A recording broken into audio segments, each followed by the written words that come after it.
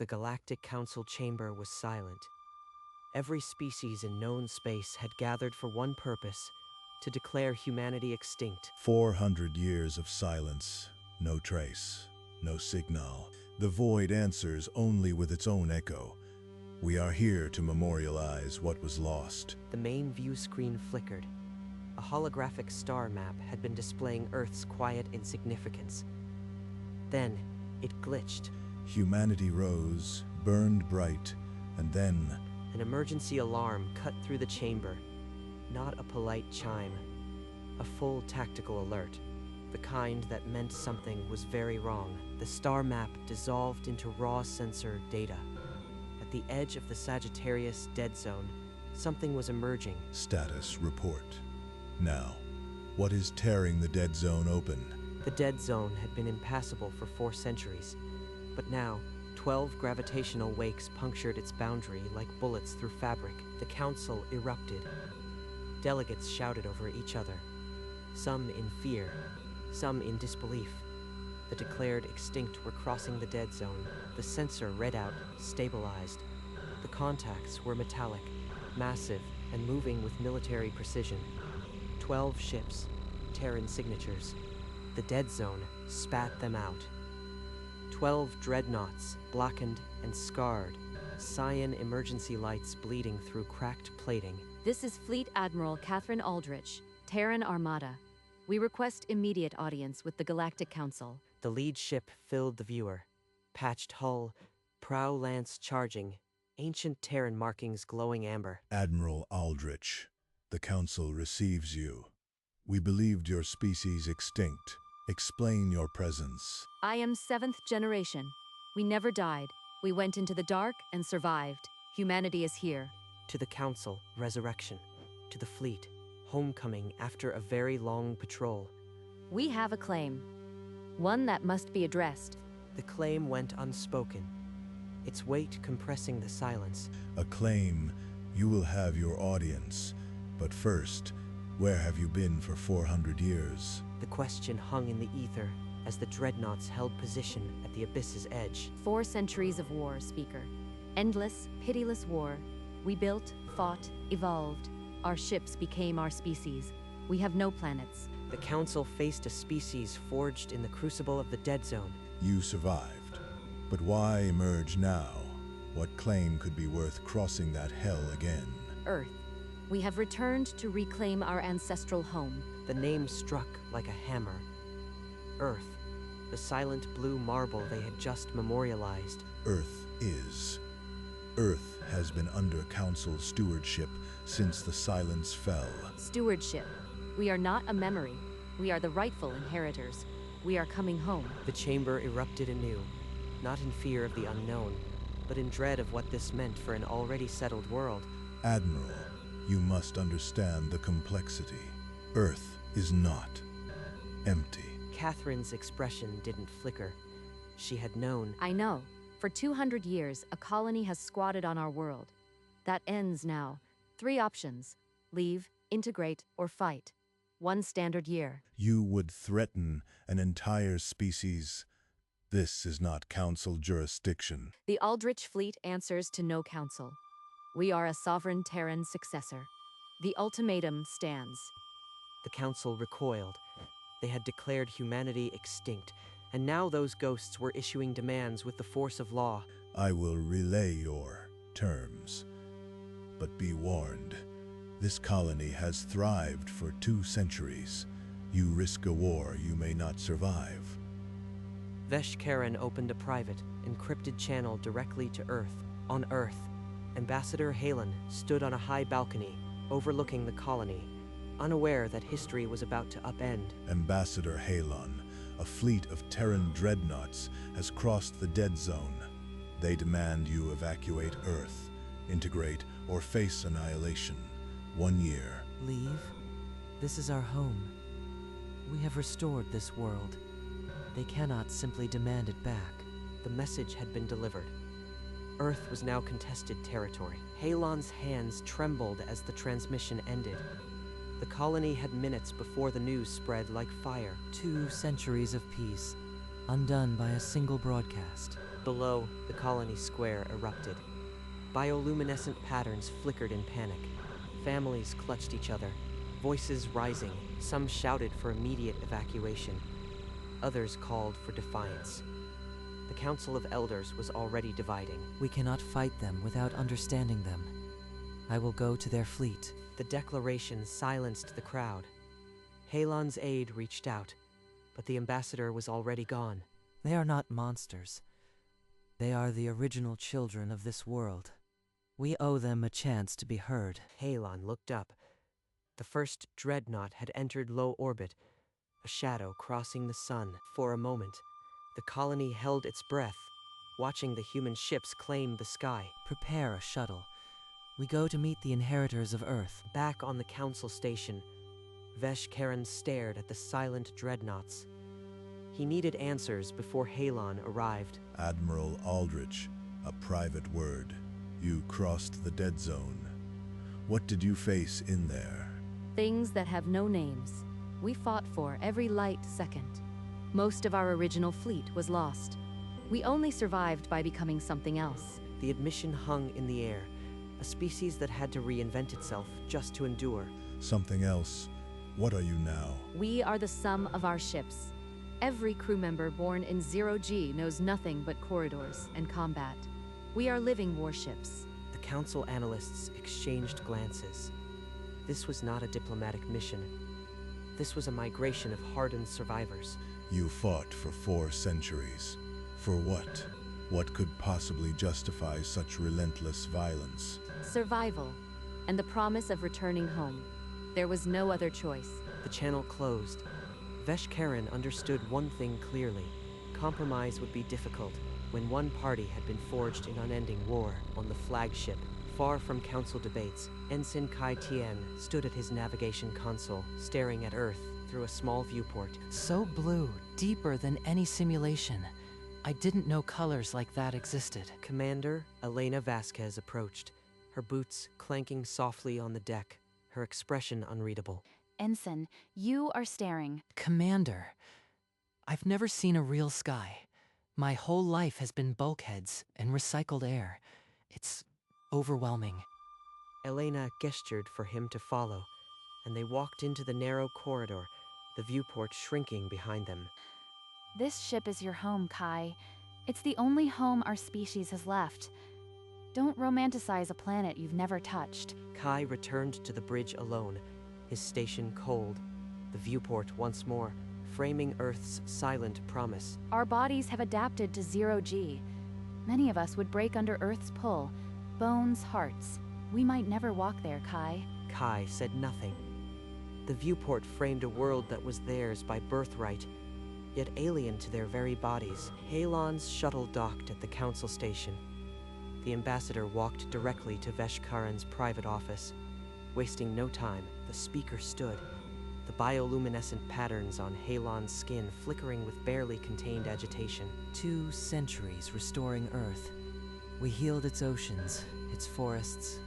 Earth is our home, not a prize. The Council recognizes your stewardship, Ambassador, but legally, the Aldrich Fleet's claim is not unassailable. The Council must intervene. You cannot let a fleet dictate our fate. They claim sovereignty outside Council jurisdiction. We have no power to stop them. What good is the Council? You mourned them. Now, you cower before their ghosts. I share your anger, but the Council is law, not emotion. My hands are bound. Then I will face the Admiral myself. Your laws won't protect us. Halon left. Vesh-Karen stood alone, the weight of inaction pressing. The council's silence would be damning. Catherine's voice cut through the silence. She was transmitting a data stream of Earth before the Exodus. These are our birthright records. Cities, oceans, the cradle of humanity. We have preserved them for 4 centuries. The council chamber filled with projections.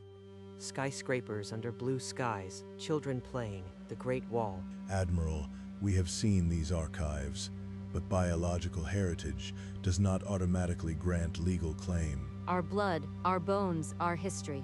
What more does your law require? A faction of delegates rose in support. The historical record was compelling. Others shouted that Earth had moved on.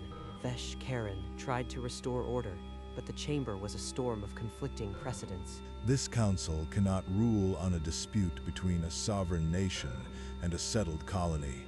We are at an impasse. Catherine's image remained on the screen, her expression unyielding as the debate raged below. The council had no authority. Both sides were entrenched.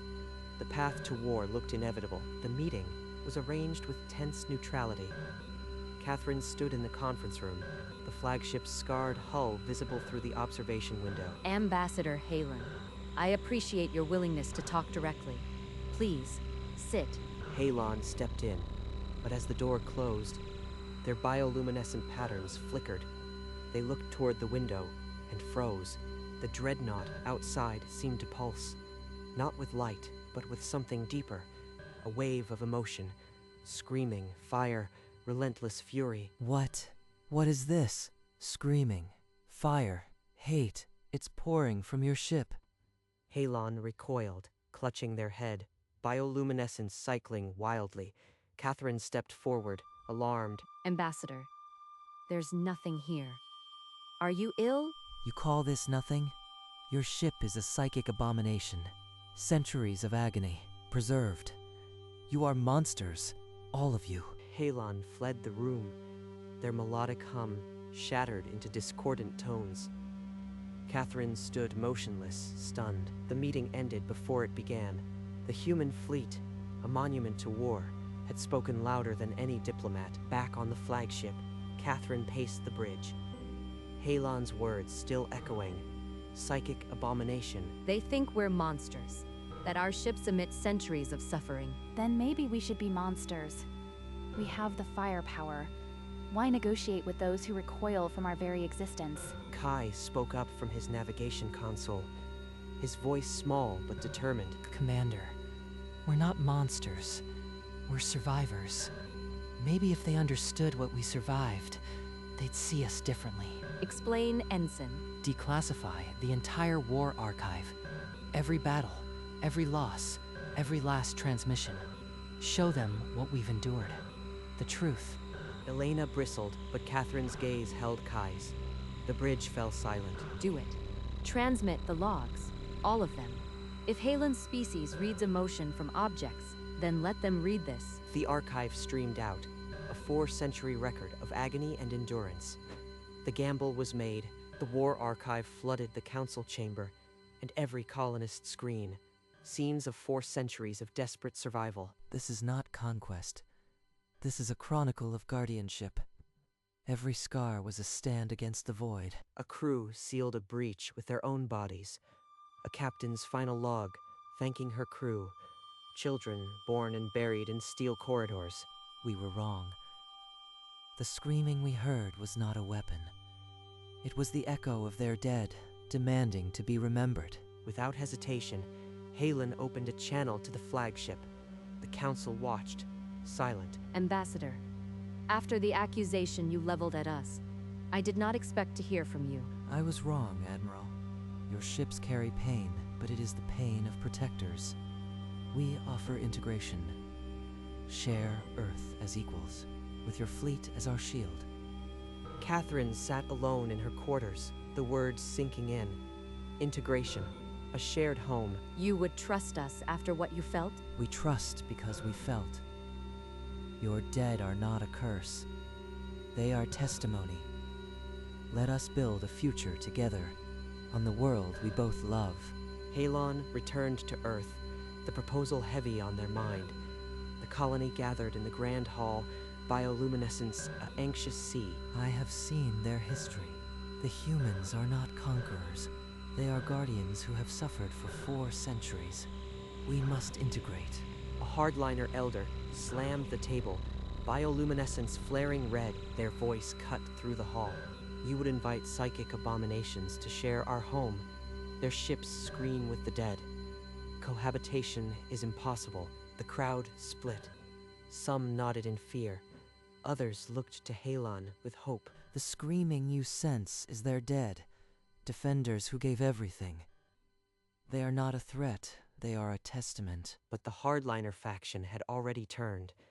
They gathered at the far end, voices rising in defiance. Halon raised a hand, trying to restore order, but the colony's unity was breaking. The integration proposal hung by a thread. Hardliners threatened secession. Halon had won a chance, but not yet a victory. On the flagship, Catherine assembled her senior officers in the briefing room. The mood was charged. The colonists offer integration, shared Earth, but it requires our consent. Speak freely. A scarred captain slammed his fist. They're squatters. We fought for 4 centuries. Earth is ours by blood. Take it. We could, but at what cost? More dead and a planet that would hate us. Our ancestors didn't endure the dead zone to become conquerors. They wanted a home, not a grave. I will not turn their sacrifice into a massacre. The hardliner captain stormed out, cursing. Elena watched him go, her jaw set. A vote. Those who stand with me remain. Those who don't, you may leave with him. I won't force you. Slowly, one by one, the remaining officers rose. Elena straightened. The vote was unanimous. So be it. We negotiate together. In the colonist capital, a mixed assembly gathered. Humans in fleet uniforms stood beside bioluminescent aliens, tensions raw. Today, we choose a shared future. Earth will be home to both our species, under one sky. We came demanding. Now we understand. The dead in our hulls cry out not for war, but for peace. A colonist hardliner shoved through the crowd, bioluminescence flaring red. Lies. Their ships are weapons. They'll pollute our world. The scarred human captain from the briefing lunged forward, but Kai intercepted him, gripping his arm. Stand down, sir. We're not here to fight. Not anymore. Catherine descended from the balcony, Halon at her side. They walked into the crowd, unarmed. If blood is the price of this world, then we have already paid it for 4 centuries. No more. The crowd fell silent. Then, slowly, a colonist elder raised a glowing hand. The framework of the Earth Accord was approved. Negotiations convened on neutral ground. Holographic maps of Earth, divided into glowing zones of human blue and colonist green. We have a framework, but resource allocation remains contested. The fertile plains, who claims them? Our agriculture feeds billions. We need the plains. It is not just land, it is our survival. Our fleet needs orbital anchorages and surface access for resupply. We won't be confined to metal again. The deadlock stretched for hours. Both sides dug in. Catherine and Halon exchanged a long look across the table. Then we share the plains. Your people farm. Our people settle the coastlines. But our fleet must have permanent orbital stations and unobstructed approach. Agreed. We will co-manage resources, and the Defense Pact, your fleet protects Earth. Our technology assists your systems. The final draft materialized. A holographic document detailing land, sea, and space rights. The Earth Accord. It is done. The Earth Accord is ready for signing. The signatures would wait for ceremony. But the war was over before it began. The ceremony took place in the Grand Hall of Unity Station, packed with delegates, humans, and colonists. For 4 centuries, we carried our dead with us. Today, we give them peace. Halon placed their glowing handprint beside her name, the treaty shimmering with life. The Earth Accord is sealed. May no force break it. Catherine and Halon clasped hands. The treaty was live, broadcast to every corner of the galaxy. A new flag rose, a circle with a star and a leaf, the symbol of their union. Catherine looked out the viewport at Earth, her eyes holding a weariness that peace could not erase. We have a long road ahead, Admiral. We've walked farther. The treaty was signed. The war was over. But the silence of the dead zone remained a quiet reminder of the long patrol. The shuttle ramp lowered with a groan. Kai stepped out first, his boots sinking into real grass. He stumbled, not from the gravity, but from the reality of it. So this is a sky. It goes on forever. He knelt, plunging his hands into the dark soil. It was cool, damp, alive. Tears traced paths through the ship, grime on his cheeks. This is what we fought for. Not a star map, not a claim. This, dirt that remembers us. From the edge of the field, Catherine watched. She did not approach. Her face held the same iron composure, but her eyes glistened. 7 generations. We kept the promise. They are home. Kai let the earth run through his fingers. Around him, other crew members knelt, touched leaves, wept. The first humans to stand on their homeworld in 4 centuries. The fleet is our body, but this is our soul. Catherine turned away, back toward the shuttle. The Admiral would not let her crew see her cry, but the set of her shoulders was lighter. The long patrol had ended. The living warships finally had a home. Within the colony, human engineers worked alongside glowing bodies, repairing conduits and sharing tools. Mistrust thawed in small gestures. Your water filtration is brilliant. Ours is brute force. Together, the colony runs for centuries. An elder, their bioluminescence still tinged with suspicion, watched from a distance. Their hand twitched, almost reaching out. Catherine and Halen walked through a blooming garden. Bioluminescent trees mixing with old oaks. Our children will have a sky. That was the dream. But I never imagined sharing it. Neither did we.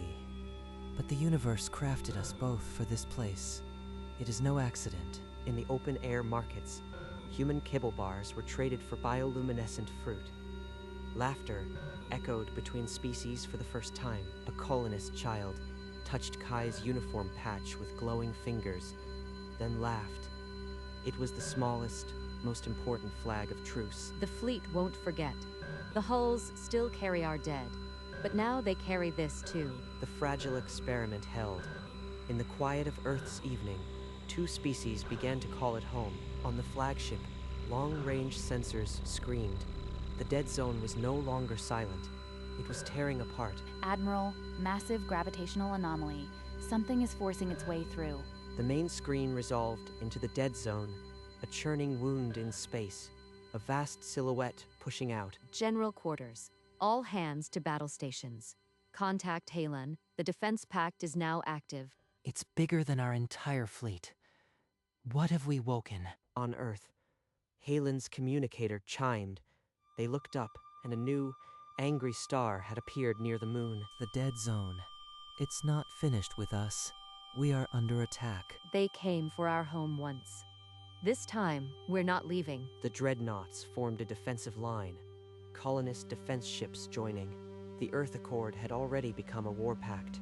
The unknown ship breached fully into normal space, a leviathan of dark organic metal, jagged edges bleeding red light. The 12 Dreadnoughts shifted into a wedge, their teal prow lances charging in unison. Hulls that had known only flight now stood their ground. Colonist defense ships, sleek and bioluminescent, slid into formation beside them. For the first time, 2 species faced the dark together. All ships, weapons hot. Hold formation until my command. Admiral, our ships are at your disposal. Earth stands with you. Then, let's show them what 4 centuries of war teaches. Kai's hands moved across his console. Steady, despite the adrenaline, the ship hummed with readiness. The Leviathan advanced, its shadow swallowing stars, but the line held. They have no idea what's in these hulls. On Earth, millions watched the sky. The Accord's first test had come. The distance between the fleets closed. The silence before the storm was deafening. The bridge was silent, but for the subtle thrum of the flagship's heart. All ships, stand by. On my mark, we show them what we have become. He saw the Earth in his mind, the soil still under his nails. Across the fleet, gunners steadied their aims, engineers braced, crew prayed to ships that had become cathedrals. On Earth, Halen raised a hand, the signal to their own ships. They would not be bystanders on their world. Mark. The forward batteries glowed, a constellation of vengeance about to be born. In that breath before fire, the fleet was not 12 ships, but one. The long patrol had turned, and this time, it would not run. Then, the screen flared white, and the stars themselves held their breath.